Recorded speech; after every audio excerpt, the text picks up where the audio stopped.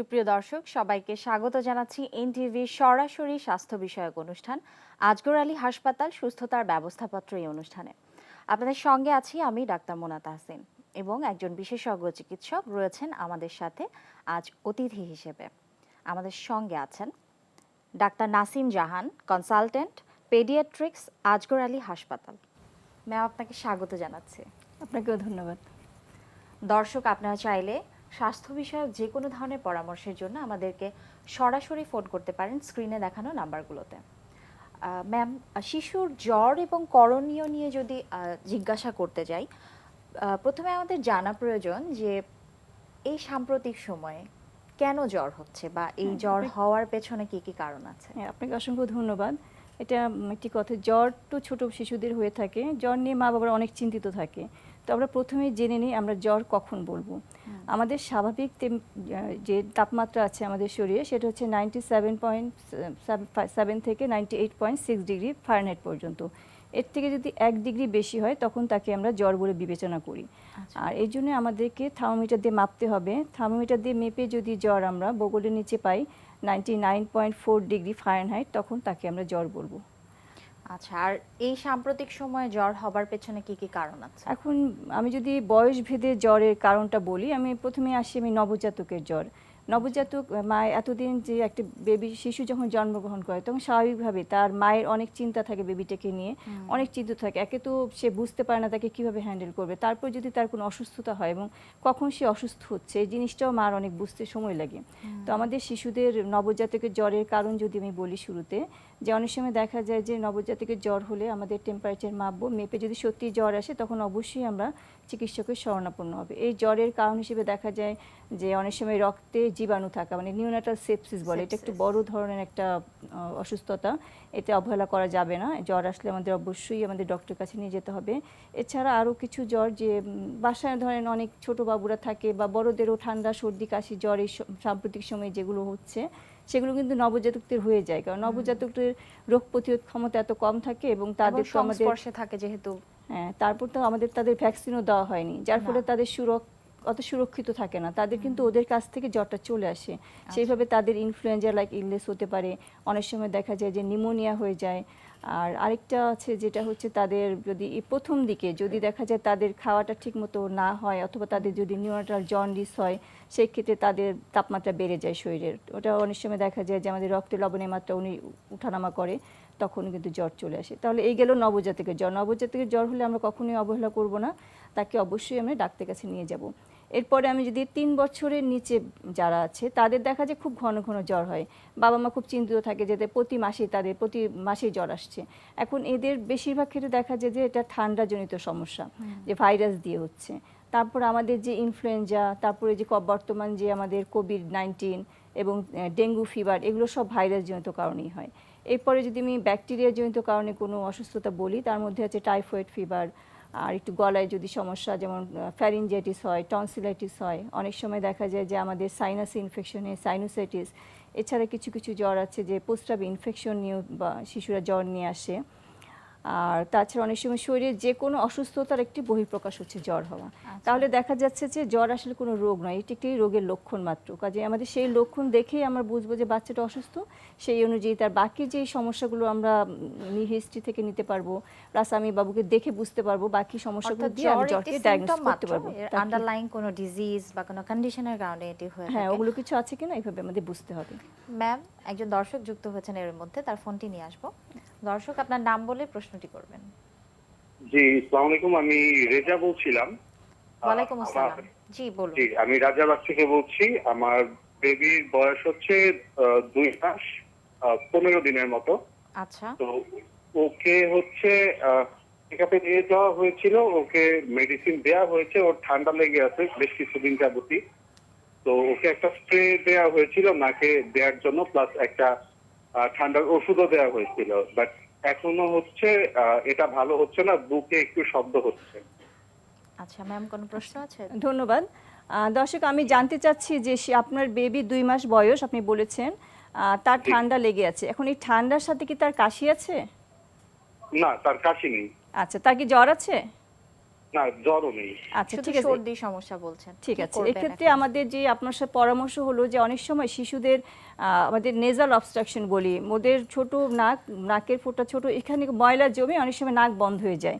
সেক্ষেত্রে বুকে ঘড়ঘড় শব্দ হয়। যদি কোনো শিশুর ঠান্ডা না লাগে এবং সে যদি কাশি না দেয় এবং তার যদি কোনো জ্বর না আসে, তাহলে বুঝতে হবে এটি করে শিশুর জন্য ঠান্ডা লাগেনি, এটা তার নাক বন্ধ হয়ে আছে, এই জন্য বুকে শব্দ হচ্ছে। সে যদি দুধটা ঠিকমতো খেতে পারে এবং তার প্রস্রাব যদি দৈনিক 8 থেকে 10 বার হয়, তাহলে আমরা বুঝবো এটা হচ্ছে সাধারণ সমস্যা। এটাকে আমাদের বাজারে কিছু নরসল ড্রপ পাওয়া যায়, সেই নরসল ড্রপটা দিয়ে নাকটা যদি পরিষ্কার করে দেন, তাহলেই দেখবেন যে আপনার শিশুটি ভালো থাকবে। এবং এটা দিনে 5 থেকে 7 বার দেওয়া যাবে। প্রতিবার বুকে দুধ খাওয়ার আগে বাচ্চাকে এই নরসল ড্রপ দিয়ে নাকটা পরিষ্কার করে দিবেন, তাহলে দেখবেন যে শিশুটি ভালো থাকবে। ধন্যবাদ। আচ্ছা, অনেক ধন্যবাদ। এছাড়া আপনি বলছিলেন যে বিভিন্ন কারণেই তো আসলে জ্বর এসে থাকে, তো এটি কি ডিফারেন্সিয়েট করার কোনো উপায় আছে কিনা? হ্যাঁ, আমাদের মানে বেশিরভাগ ক্ষেত্রে আমরা যেটা বলি যে এটা ভাইরাস জনিত জ্বর, যেটা ইনফ্লুয়েঞ্জা লাইক ইলনেস। এখানে দেখা যায় অনেক হাই ফিভার হয়, প্রথম দিন 103-4 জ্বর থাকবে, শিশুর একটু কাশি হবে, সর্দি হবে এবং হাতে ব্যথা, মাথা ব্যথা হতে পারে। এটার সাথে যদি আমি ডেঙ্গুর সাথে অনেকটা মিলে যায়, ডেঙ্গুতেও কিন্তু শুরুতে জ্বর হবে, 103-4 জ্বর হবে। তবে আমি যখন প্রশ্ন করি যে শিশুর জ্বর হয়েছে, আচ্ছা ঠিক আছে, এখন তার সাথে অন্য কি সমস্যা আছে, প্রায় ডেঙ্গু যাদের হবে তাদের মারা বলবে না আর কোনো সমস্যা নেই। এইখানে একটা কিন্তু আমাদের ইনফ্লুয়েঞ্জা লাইক ইলনেস আর ডেঙ্গু ফিভারের মধ্যে ডিফারেন্সিয়েট করা যায়, যে ডেঙ্গুতে সাধারণত দেখা যায় কোনো ঠান্ডা কাশি থাকবে না, শুধুই জ্বর শুধু থাকবে। জ্বর। আর এখানে জ্বর থাকবে, ঠান্ডা সর্দি কাশি হবে। আর আরেকটি জ্বর হচ্ছে ব্যাকটেরিয়াল ইনফেকশন, যেটা ভাইরাল ইনফেকশনে দেখা যায় তাপমাত্রা প্রথম দিনই 103-4 হয়ে যায়। আর ব্যাকটেরিয়াল ইনফেকশনে জ্বর দেখবেন যে প্রথমে লো গ্রেড ফিভার থাকে 101, 2, 3-4 দিন পর থেকে আস্তে আস্তে বাড়তে বাড়তে 103-4 হয়ে যায়। মানে চিকিৎসা না দিলে এটা ক্রমাগত বাড়তেই থাকবে। আর ভাইরাস জ্বরগুলো দেখা যায় চিকিৎসা না দিলে 3 থেকে 5 দিন তাদের জ্বরটা থাকবে, 5 থেকে 7 দিন জ্বরটা আস্তে আস্তে এমনি কমে কমে আসবে। যাবে। এখান থেকে আমরা বুঝতে পারি যে এক্ষেত্রে আসলে শরীরের যে ইমিউনিটি, সেটি এক্ষেত্রে অনেকটা হেল্প করে ভাইরাল জনিত ভাইরাস জনিত জ্বর। যে ধরনের জ্বর আছে। এছাড়াও যেহেতু ডেঙ্গু নিয়ে কথা হলো এবং সাম্প্রতিক সময়ে তো ডেঙ্গুর প্রকোপ অনেকটা বেড়েছে, আমরা দেখেছি।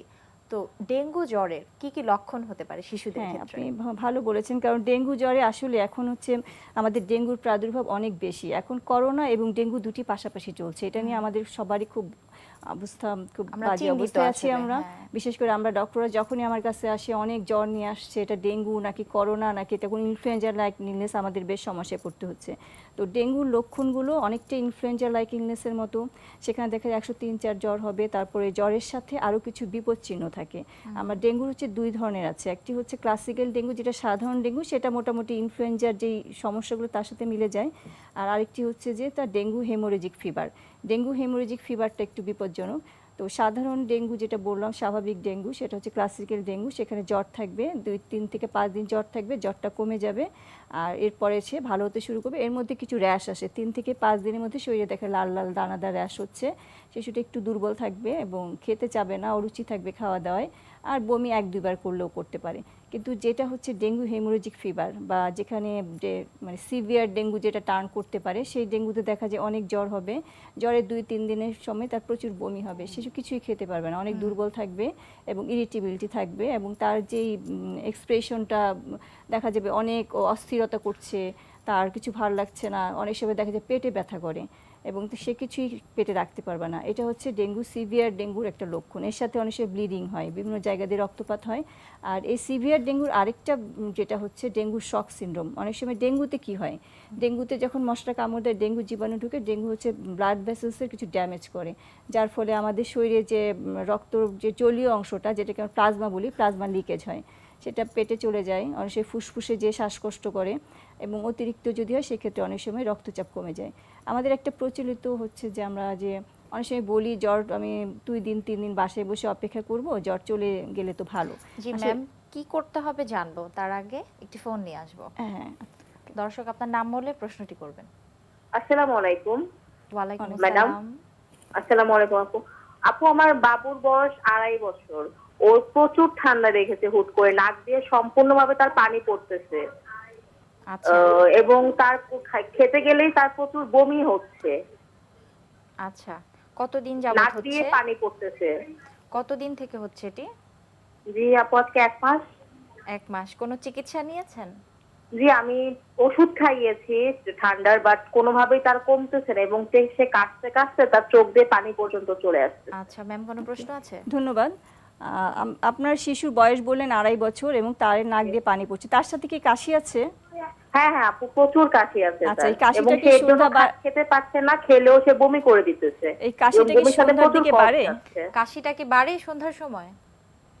কখন আপু বাড়ে? ম্যাম সারাদিন একই রকম থাকে। একই রকম থাকে। আচ্ছা, অনেক ধন্যবাদ। আচ্ছা, এর সাথে কি জ্বর আচ্ছা। আছে? না আপু, গাটা তবে হালকা একটু গরম। হালকা গরম থাকছে আসলে। ঠিক আছে, ওরকম- এই ক্ষেত্রে হচ্ছে যে আমাদের যে শিশুদের, আমি একটু আগে বলছিলাম যে শিশুদের যে ফ্লু লাইক ইলনেস, যেটা ইনফ্লুয়েঞ্জা লাইক ইলনেস বলে, সেটাতে হচ্ছে জ্বর না থাকলেও ঠান্ডা, সর্দি, কাশি, এগুলো অ্যালার্জি জনিত। সম্ভবত আপনার শিশুর অ্যালার্জি জনিত সমস্যা আছে। তার মধ্যে হচ্ছে তার যে কন্টিনিউয়াস যে 1 মাস ধরে নাক দিয়ে পানি পড়ছে, এটাকে আমরা বলি যে অ্যালার্জিক রাইনাইটিস। এই অ্যালার্জিক রাইনাইটিসে কিছু মেডিসিন আছে যেগুলো আমরা একটু লং, যেহেতু 2 বছর হয়ে গিয়েছে, আমরা কিছু মেডিসিন ওকে দিতে পারি। ওকে কোনো কি ডক্টরের পরামর্শ নিয়েছেন আপনি? উনি বলেছেন উনি আসলে ঔষধও খাইয়েছেন, সেটাই বলেছেন, কিন্তু কোনো ইমপ্রুভমেন্ট নেই। এখন আসলে কি পরামর্শ দিতে পারি আমরা? ওর জন্য পরামর্শ হচ্ছে আপনি একজন ইয়ে দিবেন ওকে, হচ্ছে আপনি কি মোনাস জাতীয় কোনো ওষুধ কি খাচ্ছেন, মন্টিলোকাস জাতীয়? আর কি আমরা শুধু অ্যাডভাইস করতে পারবো এখন, যেহেতু হ্যাঁ। দর্শক আমাদের সাথে নেই। ঠিক আছে, তাহলে আমাদের পরামর্শ হচ্ছে, যেহেতু তার অনেক দিন মানে ঠান্ডাটা লেগে গেছে, আপনি কোনো রেসপিরেটরি মেডিসিনে কাউকে দেখাতে পারেন, অথবা কোনো শিশু বিশেষজ্ঞের কাছে যে আপনি কিছু যদি লং টার্ম ওষুধ মেডিসিনের দিকে লাগে, অনেক সময় দেখা যায় 2-3 মাস আমরা কোনো মেডিসিন দিয়ে রাখতে পারি, অর্থাৎ অনেক সময় এক্ষেত্রে নাকের একটা স্প্রে দিয়ে রাখতে পারি, তবে ডক্টরের পরামর্শ অনুযায়ী সেগুলো use নিলেই করতে হয়তো পারেন। ভালো হবে। অনেক ধন্যবাদ ম্যাম। যেহেতু বিভিন্ন জ্বরগুলোকে কিভাবে আলাদা করা যায় এবং ডেঙ্গু হলে কি কি তার লক্ষণ থাকবে সেটি জেনেছি, কিন্তু কখন শিশুকে হাসপাতালে নিতে হবে সেটিও জানবো। তার আগে একটি ফোন নিয়ে নিব। দর্শক, আপনার নাম বলে প্রশ্নটি করুন। জি, আসসালামু আলাইকুম। ওয়ালাইকুম আসসালাম। জি, আমি গাজীপুর থেকে বলছিলাম, শামীম। জি বলুন। জি, আমার মেয়ের বয়স প্রায় 3 বছর। আচ্ছা। তো সেই ক্ষেত্রে সে এখন কিছুই খেতে চায় না আর কি, মানে খাওয়ার প্রতি তার খুব অনীহা। আচ্ছা, খুব অনীহা। জি জি। ম্যাম, কোনো প্রশ্ন আছে?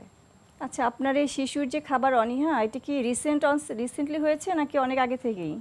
ও মাঝে মধ্যেই হয় আর কি, মাঝে মধ্যে খায় আচ্ছা, আবার ওর খায় একটু না। টয়লেটটা কেমন হয় কেটে বলবেন? টয়লেটে কনস্টিপেশন আছে কিনা? পায়খানা না কি না, শক্ত সেরকম হয়? কিছু নেই। হয়তো দেখা যাচ্ছে যে অনেক সময় 2-1 দিন রেগুলার হয়, আবার অনেক সময় মাঝখানে একদিন গ্যাপ যায়, এরকম। আচ্ছা, Gap বয়স আছে। বয়স 3 24 বছর। মাস। প্রায় 3 বছর। 3 বছর। 3 বছর, আচ্ছা। এখন আমি বলি যে আপনাদের ছোটবেলায় যে আমাদের 6 মাস পর থেকে যে খাদ্য অভ্যাস শিশুকে যে খাওয়াতে হয়, যে আমাদের সাধারণত মায়ের দুধ 6 মাস পর্যন্ত চলবে, 6 মাস পরে পাশাপাশি পরিপূরক খাবার দিতে হবে। দ্বিতীয় 6 মাসে হচ্ছে বাচ্চাদের শিখতে হবে অন্য সব খাবার সে চিনবে, কিভাবে খেতে হয়, কোনটা টেস্ট কেমন। আমাদের যেই ভুলটা হয় যে আমরা প্রায় সব দুধ বন্ধ করে দিয়ে সব খাবারটাকে একসাথে খাওয়ানোর চেষ্টা করি, এসব থেকে শিশুদের একটা অনীহা হয়।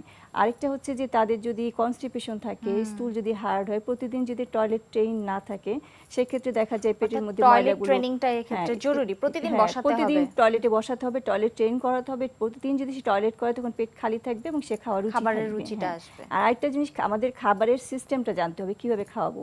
একটা শিশু যখন খাবে, আমরা যেমন 3 বেলা খাই, সকালে একটা নাস্তা খাবো, দুপুরে ভাত খাবো, রাতে ভাত। তো এই সিস্টেমটি ওর পছন্দের খাবার সবসময় একই রকম খাবার না দিয়ে ওর পছন্দের খাবার মেনুটা সকালে একটু আমরা চেঞ্জ মেনুটা করে, চেঞ্জ করে, একদিন একটু নাস্তা দিলাম, রুটি দিলাম, ভাজি দিলাম, একদিন একটু চেঞ্জ করে একটু খিচুড়ি এবং দিলাম। আমার মনে হয় বাইরের যে ধরনের খাবারগুলো আছে বাইরের খাবারগুলো সেগুলো একটু কমিয়ে চেঞ্জ দিয়ে, করে দিব। দুপুরবেলা আমাদের সাথে বসে খাওয়াবো। আমরা সবসময় দেখা যায় মা হয়তো পরে খায়, বাচ্চাকে খাবার দিয়ে বসে হ্যাঁ, থাকি শিশুকে আগে খাইয়ে মা হয়তো পরে খায়। সেটা না করে আমরা ঘরের যে ফ্যামিলি একসাথে মেম্বার খেলার মতো করে যারাই আসলে। আছে, হ্যাঁ সেরকমই যারাই আছে সব একসাথে বসবে। আর ছোট থেকে 6-7 মাস বয়সের পর থেকে যখন সে বসতে শিখে, তখন থেকে যদি আমরা চেয়ার দিয়ে তাকে টেবিলে বসে খাওয়াই এবং খাওয়ারটাকে সে এনজয় করে খেতে পারে, তখন থেকে কিন্তু খাওয়ার রুচিটা তার ভালো হয়। আবার অনেক সময় দেখা যায় যে সে অনেক সময় যে চকলেট, চিপস, এগুলো সে খাওয়ার আগে খেয়ে ফেলে। আমরা যখন আমাদের এমনি ক্ষুধা রুচি চলে যাবে, আমরা একটা খেয়াল করেন, আমি যদি খেতে চাই কোনো একটা শরবত বা একটা মিষ্টি খেয়ে ফেলে, কিন্তু আমাদের রুচিটা নষ্ট হয়ে যাবে। তো আমরা কিন্তু বাচ্চাদের ক্ষেত্রে অর্থাৎ সেটা মেইন মিলটাকে ঠিক রেখে ঠিক তারপরে রেখে, যদি হ্যাঁ। এক্সট্রা এবং বেবি আমরা কিছু এটা খেতে চায়, খেয়াল করতে হবে যে আমি জাস্ট খাবার আগে মূল খাবার কি দিচ্ছি তাকে। আমি হয়তো একটা সে শখ করলো, একটা চিপস দিয়ে দিলাম, চিপসটা খেয়ে তাকে খেতে বসালাম, তাহলে কিন্তু তার রুচিটা খেতে ওভাবে চাইবে থাকবে না। না। তো আমাদের মেইন এছাড়া খাবার, হেলমিনথিয়াসিসের একটি ব্যাপারও তো অনেক সময় আমরা হ্যাঁ, বলি এবং চিকিৎসকরা। ফ্যামিলির সাথে বসে খেতে হবে, তার পছন্দে তাকে নিয়ে খাবার দিতে হবে এবং 3 বেলা খাবে, 2 বেলা স্ন্যাক্স। তাহলে এইভাবে যদি ভাগ করে দিই, তখন দেখবে খাওয়ার রুচিটা অনেকটি ভালো হবে।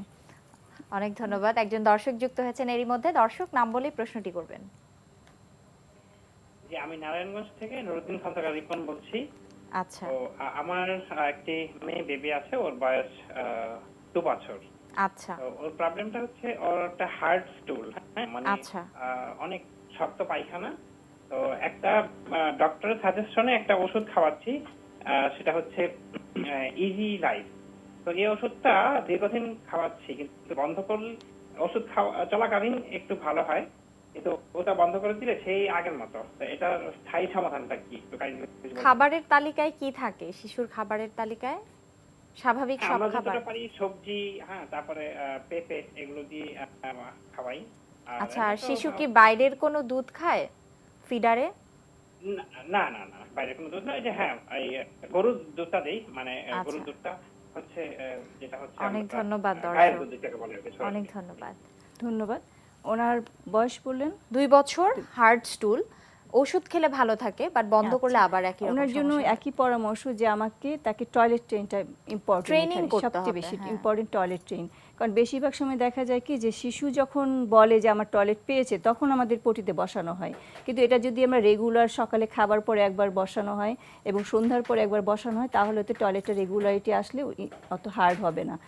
আর আরেকটা জিনিস, শিশুরা চেপে রাখে, দেখা যায় খেলাধুলা করছে ওরা করতে চায় না, তখন স্টুলটা হার্ড হয়ে যায়। আর কিছু কিছু খাবার যেগুলো খেলে টয়লেট নরম হবে, তার মধ্যে হচ্ছে যে বেশি করে পানি খাওয়া, সন্ধ্যার সময় একটা চিনি দিয়ে একটু বেশি করে একটা শরবত দেওয়া, তারপর মধু যদি আমরা রেগুলার করি, সেটা টয়লেটে নরম করার সাথে হেল্প করে, প্লাস হচ্ছে আমাদের ঠান্ডা কাশি এগুলো একটু কমে থাকে। ভালো থাকে। মধুর খুব অনেক উপকারিতা। আর খেজুর আমাদের খেতে পারে। আর সিজনাল ফল, এর মধ্যে আম আছে, কলা আছে, এগুলো অর্থাৎ যদি fruits and সবসময় vegetables এর কথা তো vegetable, বলি আমরা fruits, সব হ্যাঁ, সময়, এগুলো যদি বেশি বেশি করে শাকসবজি। খায় এবং বেশি কি ওর প্রয়োজন অনুযায়ী খাবে। আমাদের তো শিশু খাদ্য ওরা- তালিকায় থাকলেই হ্যাঁ, হবে। খাদ্যদেরকে থাকলেই হবে, কারণ বেশিরভাগ ক্ষেত্রে দেখা যায় বাচ্চারা ওভাবে খায় না বলে ওভাবে খাওয়ানো হয় না, কিন্তু ওকে রুটিন করে যদি এগুলো খাওয়ানো হয়। আর টয়লেট ট্রেনটা সবচেয়ে বেশি ভেরি ইম্পর্টেন্ট, ইম্পর্টেন্ট। তাহলে অনেক এটা ধন্যবাদ। করলেই স্বাভাবিক। আরো একজন দর্শক যুক্ত হয়েছেন, তার ফোনটি নিয়ে আসবো। দর্শক, নাম বলে প্রশ্নটি করবেন।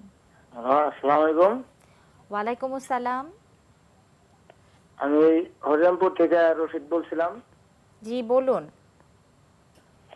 আমার এক ছেলে, বয়স 18 বছর। আচ্ছা, কি সমস্যা? সে পায়খানা করে 2-1 দিন পর পর, কিন্তু পায়খানা করার সময় কান্না করে, পায়খানার সাথে রক্ত বের হয়। আচ্ছা, কতদিন থেকে এই সমস্যা? সমস্যা মোটামুটি মাসখানেক এরকম। ডাক্তারের কাছে গেছিলাম, ডাক্তার একটা ওষুধ দিছিল, কিন্তু ওষুধ খাওয়াইলে নরম হয়, একদিন পর পর তাও পায়খানা করে, যেটা সমাধান পাইতেছি আচ্ছা, না। পায়খানার সময় কি কোনো মাংসপিণ্ড বের হয়ে আসে? না না, ওটা তো দেখা যায় না, কমোটের ভিতরে বসানো হয়। আচ্ছা আচ্ছা, আচ্ছা, অনেক ধন্যবাদ। ধন্যবাদ। আমি যে সমস্যাটা আগেও বলেছি এই সমস্যার কথা, আর বয়সটা বলেছেন 18 বছর। 18 বছর। ওর ক্ষেত্রে যেটা করবেন, একজন অনেক সময় হয় কি যে আমাদের যে স্টুল হার্ড হতে হতে, কনস্টিপেশন হতে হতে যে ফিশার বা অ্যানাল ফিশার হয়ে যায়, যেহেতু পায়খানার সাথে রক্ত যাচ্ছে, ওই আপনার রাস্তাটি অনেক সময় অর্থাৎ ইনজুরি হয়ে সেই জায়গা injury থেকে হয়ে সেটা রক্ত বের ফিশার হয়। ব্লাড হ্যাঁ। আসতে পারে। তো ওর ক্ষেত্রে আমার একটু ভালো সার্জারি ডক্টর দেখিয়ে কোলোরেক্টাল পরামর্শ সার্জন নেওয়া যারা উচিত। আছেন, এবং তাকে আমি যে পরামর্শ দিলাম, যেহেতু সে বড়, সে বুঝতে পারবে এই খাবারগুলো খাবে, পাশাপাশি সার্জিক্যাল কনসালটেশন নিয়ে এটা সমাধান অনেক করা সময় উচিত। আমরা কিন্তু ইসবগুলের ভুসি পানিতে অনেক সময় গুলিয়ে খেতে শরবত, আমি বলি। যে খাদ্যাভ্যাসের হ্যাঁ। কথা বললাম, একটু চেঞ্জ করে দিলে। সবসময় ওষুধে কাজ হয় না, কারণ ওষুধ খেলে হয়তো বা কিছু সময়ের জন্য সাময়িক, কিন্তু সবসময় ওষুধ খাদ্য না দিয়ে আমরা যদি তালিকাটা ভালো না খাবারের করলে- অভ্যাসটা চেঞ্জ করি, ফলের জুস, সন্ধ্যার সময় একটা জুস, রেগুলার একটা ফলের জুস রাখবো, অথবা ইসুবুল, আপনি যেটা বললেন ইসুবুলের ভুসি দিয়ে শরবত খাওয়াতে পারি, প্লাস খেজুরের অভ্যাসটা রাখতে পারি, এই ধরনের খাবার, এবং প্রতিদিন রেগুলার টয়লেটটা ট্রেন করলে আস্তে আস্তে সমস্যাটা ঠিক সমাধান হয়ে হয়ে যাবে। যাবে। এবং আর এক্ষেত্রে যদি ওনার- অন্য কোনো সমস্যা থেকে থাকে, সেখানে আমাদের কিছু পরীক্ষা আছে যেগুলো করে আমরা বুঝতে পারবো তার অর্গানিক কোনো সমস্যা আছে কিনা। মানে অনেক সময় দেখা যায় কিছু কিছু অসুস্থতার কারণে দীর্ঘ সময় ধরে স্টুল শক্ত হয়, সেগুলো আমাদের জেনে নিতে হবে। অর্থাৎ এক্ষেত্রে আমাদের দর্শক যিনি ফোন করেছেন, আমার মনে হয় একজন কোলোরেক্টাল সার্জনকে দেখিয়ে কিছু ইনভেস্টিগেশন করে তারপর তারপরে সমাধান যদি করা উনি যায়। সমাধানটি নিতে চান ভালো হবে। আরো একজন দর্শক যুক্ত হয়েছেন, দর্শক নাম বলে প্রশ্নটি করবেন। দর্শক, আপনি কি শুনতে পাচ্ছেন? জি, আমি শুনতে পাচ্ছি। জি বলুন। দুঃখিত, আপনার ডায়ালকৃত সংযোগটি বিচ্ছিন্ন হয়ে গিয়েছে। আমরা যেই কথাটিতে ছিলাম যে কখন একটি শিশুকে হাসপাতালে নিতে হবে ডেঙ্গু জ্বরে আমাদের আক্রান্ত। খুবই জরুরি একটা প্রশ্ন, যে শিশুকে মা কখন হাসপাতালে নেবে।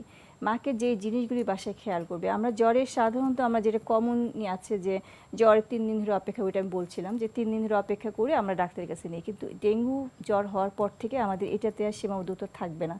আমাদের ডেঙ্গু জ্বরের লক্ষণই হচ্ছে 3 দিন ফেব্রুয়ারি পিরিয়ড থাকবে, 3 থেকে 5 দিন, তারপর সে ফেব্রুয়ারি পিরিয়ড যে যখন হয় ক্রিটিক্যাল পিরিয়ডে ঢুকে পড়ে। মানে সব ডেঙ্গুতে হবে না, ক্লাসিক্যাল ডেঙ্গুতে একরকম, আর একটি হচ্ছে হেমোরেজিক ফিভার যেটা, যে আরেক ডেঙ্গু, রকম। সিভিয়ার ডেঙ্গুতে অন্যরকম। তো ডেঙ্গু জ্বরের কারণে আমাদের কিন্তু 2-3 দিন জ্বর নিয়ে বাসায় বসে থাকা যাবে না, যেটা আগে আমরা বলতাম যে হ্যাঁ ঠিক আছে 3 দিন বসে 7 দিন থাকবো, ওয়েট করেন, আমরা 7 কিন্তু দিন, আগে হ্যাঁ, এটা বলতাম। সেটা কিন্তু এখন আর নেই। এখন হ্যাঁ। আমাদের অবশ্যই মাকে বাসায় বসে খেয়াল করবে। জ্বরের মাত্রা যদি অনেক বেশি হয়, শিশু যদি বারবার বমি করে, সে যদি দুর্বল হয়ে যায়, অনেক সময় পেটে ব্যথা করে এবং কিছুই খেতে পারে না, এই লক্ষণগুলি অনেক সময় দেখা যায়, রক্তপাত হয়, নাক মুখ দিয়ে ব্লিডিং হচ্ছে, এই জিনিসগুলো দেখে সাথে সাথে ডক্টরের কাছে নিয়ে যেতে হবে। আর খুব ছোট শিশু যারা নবজাতক বা তাদের যখন সবসময় বলবো যে মায়ের দুধটা খাওয়া বা ফিডার যেটাই খাক, দুধটার যে সাকিং রিফ্লেক্স বলি আমরা, এই রিফ্লেক্স যদি স্ট্রং থেকে বুঝতে হবে এই ভালো আছে, এবং পোস্ট আপটা যদি 8 থেকে 10 বার করে তাহলে নবজাতকদের ভালো আছে আমরা বলতে পারি। ওরা কান্নাকাটি অন্য কারণে করতে পারে, কিন্তু অনেক সময় অর্থাৎ এই লক্ষণগুলো বোঝার পরে দেখলে খাবে এবং অবশ্যই প্রস্রাব করবে। এটা হচ্ছে নবজাতকদের ক্ষেত্রে লক্ষণ, তখন হাসপাতালে নেওয়া লাগবে না, ভালো আছে। আর যে কোনো কারণে নবজাতকের জ্বর হলে ডাক্তারের কাছে নেবে। আর আমাদের যে বিপদ চিহ্নগুলো দেখে আমাদের অবশ্যই ডক্টরের পরামর্শ নিতে হবে। যেতে হবে।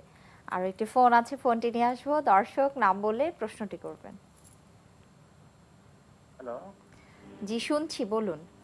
হ্যাঁ আমার ছেলের বয়স 11 বছর 3 মাস। আচ্ছা, তো আগের দিন সে ড্রাগন ফল খেয়েছিল। কতদিন আগে? পরের দিন, এই 2 দিন আগে। আচ্ছা, এখন কি তো খাওয়ার সমস্যা পরে হচ্ছে? পরের দিন ওই দিন রাত্রেই আপনার রাত্রে হলো বাথরুমে গেছে, বাথরুমের সাথে ওই কালারটা এসছে, আর প্রস্রাবের সাথে কালারটা এসছে। আচ্ছা, ওই একবারই এসছে? জি জি, একবারই এসছে।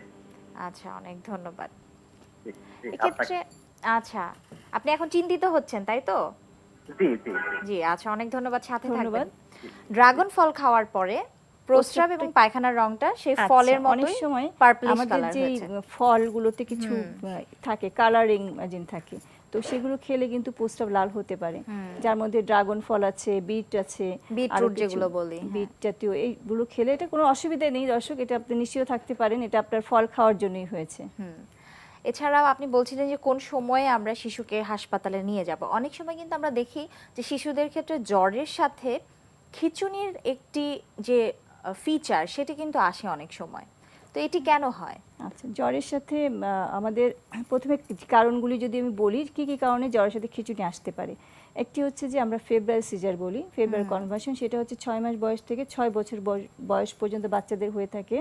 এখানে জ্বরের শুধু মানে যে 99, 100 টাচ করার সাথে সাথে খিঁচুনি হয়ে যাবে, এমন না যে 103-4 হতে হবে। এটা এই ক্ষেত্রে দেখা যায় এটা পারসিস্ট করতে পারে, 15 মিনিটের কম পারসিস্ট করবে, এটা জেনারেলাইজ একটা খিঁচুনি হবে। তো এটা আমরা ফেব্রাইল কনভার্সন বলি। আর এছাড়া আরও কিছু কারণ আছে, যেটা হচ্ছে মানে কঠিন, যেটা অনেক জটিল, সেটা হচ্ছে ব্রেইন ইনফেকশন হওয়া, যেমন ম্যানিনজাইটিস বলি, ম্যানিনগোএনকেফালাইটিস, এই রোগগুলোর কারণে আমাদের খিঁচুনি নিয়ে আসতে পারে। তো দেখা যায় যে যদি আমাদের ফ্যামিলি হিস্ট্রি থাকে, যেটা আমরা ফেব্রাইল কনভার্সন বললাম, সেটা থেকে পরিবারে কারো চাচাতো ভাই বোন, মামাতো ভাই বোন, কারো না কারো জ্বরের সাথে খিঁচুনি থাকে। এই জন্য খুব ইম্পর্টেন্ট আমাদের হিস্ট্রিটা জেনে নিতে হয়, যে যদি ফেব্রুয়ারির সাথে জ্বর খিঁচুনি হয় সেটা নিয়ে চিন্তিত হওয়ার কিছু কারণ নেই। এটি একটা কিন্তু বয়সের পরে একটা ভালো হয়ে বয়সের যাবে। পরে 6-7 বছর বয়সের পর তার এমনিতেই ভালো হয়ে যাবে। আর যেটা হচ্ছে ব্রেইন ইনফেকশন হয়, সেটা থেকে অনেক জ্বর থাকবে, দুর্বল থাকবে, মাথা ব্যথা, যদি একটু বড় হয় মাথা ব্যথার কথা বলতে পারবে। আর ছোটদের দেখা যায় বমি হবে, অনেক সময় ছোট বাচ্চাদের ফন্টানেলি একটা বলে আছে মাছের ফাঁকা জায়গা, সেটা ফুলে যাবে। এগুলো দেখে আমরা বুঝতে পারি যে তার ম্যানিনজাইটিস হয়েছে। ম্যানিনজাইটিস যদি হয় সেক্ষেত্রে আমাদের হসপিটালে রেখে অবশ্যই বেশ কিছুদিন 10 থেকে 14 দিনের চিকিৎসা একটা দিতে হয়। এছাড়া আরেকটা হচ্ছে যে আমাদের যদি 18 মাসের নিচে কারো জ্বর সাথে খিঁচুনি হয়, তখন আমার যদি ফেব্রাইল কনভার্সন বা সাসপিশনও থাকে, তারপরে নিয়ম হচ্ছে তার আমরা এলপি করে সিএসএফ স্টাডি করি, পিছন থেকে পানি নিয়ে পরীক্ষা করে সিএসএফ স্টাডি করে কনফার্ম করতে হয় যে তার কি আসলেই ব্রেন ইনফেকশন হয়েছে কিনা। কারণ ব্রেন ইনফেকশনে যদি আমি ঠিকমতো চিকিৎসা না দিই, পরবর্তীতে অনেক ক্ষতি হয়ে যায়, মানে প্রতিবন্ধী হয়ে যেতে পারে, আরও খারাপ কিছু হতে পারে। এই জন্য অনেক সময় আমাদের 18 মাসের নিচে অবশ্যই পানিটা পরীক্ষা করা উচিত। সেটা যদি ফেব্রাইল কনভার্সন হয়েও থাকে, তাহলে আমরা কনফার্ম করতে হবে যে এটা ম্যানিনজাইটিস না, এটা ফেব্রাইল কনভার্সন। আচ্ছা, তো এইগুলো হচ্ছে খিঁচুনির কারণ। আচ্ছা, এছাড়াও অনেক সময় অনেক তাপমাত্রা কিন্তু বেড়ে যায়। খুব বেশি জ্বর হলে তখন কি করবেন? হ্যাঁ, অনেক খুব বেশি জ্বর হলে আমাদের প্রথম তো আমরা মোটামুটি সবাই জানি যে জ্বর কমাতে হবে। এখন এই জ্বর কমানোর জন্য কয়েকটা ওয়ে আছে। একটি হচ্ছে আমি প্যারাসিটামল জাতীয় ওষুধ দেওয়া, এবং এই ওষুধের পরিমাণটা আমি একটু যদি বলি যে আমরা সাধারণত বডি ওয়েট বা ওজন হিসেবে দেই 10 থেকে 15 মিলিগ্রাম পার কেজি করে 4 থেকে 6 ঘন্টা পর পর দেওয়া যাবে। তাহলে সেই হিসাব যদি করি, আমি যদি 8 কেজির হয় তাহলে 1 চামচ, আমি একটু বলে দিচ্ছি যেন দর্শকদের অবশ্যই। সুবিধার জন্য, কারণ অনেক সময় এমন সময় জ্বর উঠে যে ডক্টরের পরামর্শ নেওয়ার তার সুযোগ নেই, একদম, তখন একদম। কতটুকু ওষুধ খাওয়াবে, কিভাবে খাওয়াবে, এটা নিয়ে খুব একদম। চিন্তিত থাকেন। অবশ্যই। তাহলে আমাদের প্রতি 8 কেজির জন্য 1 চামচ যদি সিরাপ নাপা দেই, আর তাহলে আমাদের 12 কেজির জন্য হবে হচ্ছে 1.5 চামচ, আমাদের হচ্ছে 16 কেজির জন্য 2 চামচ। এই একটা রাফ হিসাব যদি করে রাখি, তাহলে ডক্টরের কাছে পরামর্শ নেওয়ার আগে তারা বাসায় এটা করতে পারবে। আর আরেকটা হচ্ছে যে আমরা সাপোজিটরি দিয়ে জ্বর কমাই। এখন সাপোজিটরি কখন দিব এটা নিয়ে অনেকের একটু ধারণা আছে যে জ্বর যদি 102 103 হয় তাহলে সাপোজিটরি দিব। সাপোজিটরি তো প্যারাসিটামল, আমরা মুখে যে ওষুধটা দিচ্ছি সেটাও প্যারাসিটামল, শুধু সাপোজিটরি দিতে হয় পায়ুপথে।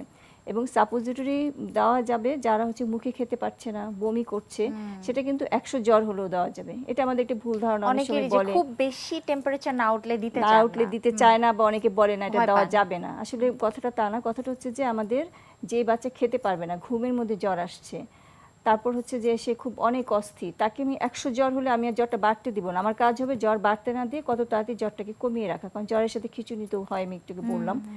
আর এটা হলো আমার ওষুধের ব্যাপার। নেক্সট আমি কি করতে পারি, আমাদের ধরেন 4 ঘন্টার আগের মধ্যে আমি হয় সিরাপ দিব, নয় সাপোজিটরি দেবো, যে কোনো একটা, দুইটা কিন্তু দেওয়া যাবে না। আমি যদি সিরাপ দিয়ে থাকি কোনো শিশুকে, তার 4 ঘন্টার মধ্যে আমি আর সিরাপ দিতে সাপোজিটরি দিতে পারবো না, বা সিরাপও দিতে পারবো না। 4 ঘন্টা আমার ওয়েট করতে হবে। এর মধ্যে আমি যে বললাম ভাইরাল জ্বর, অনেক জ্বর হয়, কোনো কিছুতে কমে না, তখন আমাকে কি করতে হবে, শরীর মুছিয়ে দেওয়া যাবে। কুসুম গরম পানি দিয়ে টাওয়েল বা বড় একটা কাপড়, সুতি কাপড় ভিজিয়ে সারা শরীর মুছিয়ে দেওয়া যাবে। শুধু ওই যে আমি অনেক সময় আমরা দেখি মাথায় পানি দিই, ওটা দিয়ে আসলে খুব একটা লাভ হবে না। আমি করলে একবারে আমরা মাথা থেকে পা পর্যন্ত সুন্দর করে মুছিয়ে দেব। এবং এখানে আমরা ইউজ করবো কিন্তু কুসুম গরম পানি। অনেক ক্ষেত্রে অনেকে বলে ঠান্ডা পানিতে কেন না, তো ঠান্ডা পানিতে কেন না, এটা একটু আছে যে আমাদের যে রক্তনালীগুলো আছে ঠান্ডা পানিতে করলে কি এটা কি সংকুচিত হয়ে যায়। সংকোচন হলে শরীরের তাপমাত্রা বের হতে দিবে না, তখন কি তাপমাত্রা আরো বেড়ে যাবে। এই জন্য আমাদের কুসুম গরম পানি ইউজ করবে। অনেক সময় গোসল করিয়ে দিব, সেটাও কুসুম গরম পানি দিয়ে গোসল করিয়ে দেওয়া যাবে। এটাও অনেকের প্রশ্ন থাকে যে জ্বর হলে কি গোসল করানো যাবে, গোসল করানো যাবে, সেটা কুসুম গরম পানি দিয়ে। কাজে আমরা কোনোটাতেই ঠান্ডা পানি ইউজ করব না। আর এইভাবে আমরা জ্বর কমিয়ে রাখতে পারি। তারপরে শরীরের কাপড় চোপড় লুজ করে দিব, ফ্যান ছেড়ে দিব, এসি থাকলে এসি খুলে দিব। আচ্ছা, তো হ্যাঁ, অনেক এগুলো তো সময় আপনি দেখা যায় বলছিলেন, চেপে রাখে হ্যাঁ। অনেকে। এছাড়াও একেবারে অনুষ্ঠানের শেষ পর্যায়ে আছি, ছোট্ট করে জানতে চাইবো যে রোগ প্রতিরোধ ক্ষমতা বৃদ্ধির জন্য কি করণীয় আছে, খুব ছোট্ট করে জানবো। হ্যাঁ, আমাদের রোগ প্রতিরোধ ক্ষমতা, আমাদের ইপিআই শিডিউলে আমাদের ভ্যাকসিন আছে। আমি জন্মের পর 1.5 মাস পর থেকে আমরা ভ্যাকসিনগুলো সব দিয়ে দিব। এটা একটা রোগ প্রতিরোধ ক্ষমতা বাড়াবে। দ্বিতীয়ত আমি এখন যেটা আমি ডেঙ্গুর যে সিরিয়াস ইস্যু, যেটা অনেকে শকে চলে অনেকে মারা যাচ্ছে, সেটাকে প্রিভেন্ট করার জন্য যে আমার যে মূল উৎস এডিস মস্কিটো, তার যে অর্থাৎ এই আবাসস্থল, জিনিসগুলোকে যদি মানি, আমার মনে হয় হ্যাঁ, আবাসস্থল শিশুরা খুব ভালো ধ্বংস করতে থাকবেন। হবে। ম্যাম, অনেক অনেক ধন্যবাদ। ধন্যবাদ আপনাকে, দর্শকদেরও ধন্যবাদ। সুপ্রিয় দর্শক, এতক্ষণ দেখছিলেন আজগর আলী হাসপাতাল সুস্থতার ব্যবস্থাপত্র এই অনুষ্ঠানটি দেখতে পাবেন প্রতি শুক্রবার একই সময়ে এনটিভি পর্দায়। আজ এখানেই বিদায় নিচ্ছি, আবারও দেখা হবে। সবাই ভালো থাকুন, সুস্থ থাকুন, নিরাপদে থাকুন। আল্লাহ হাফেজ।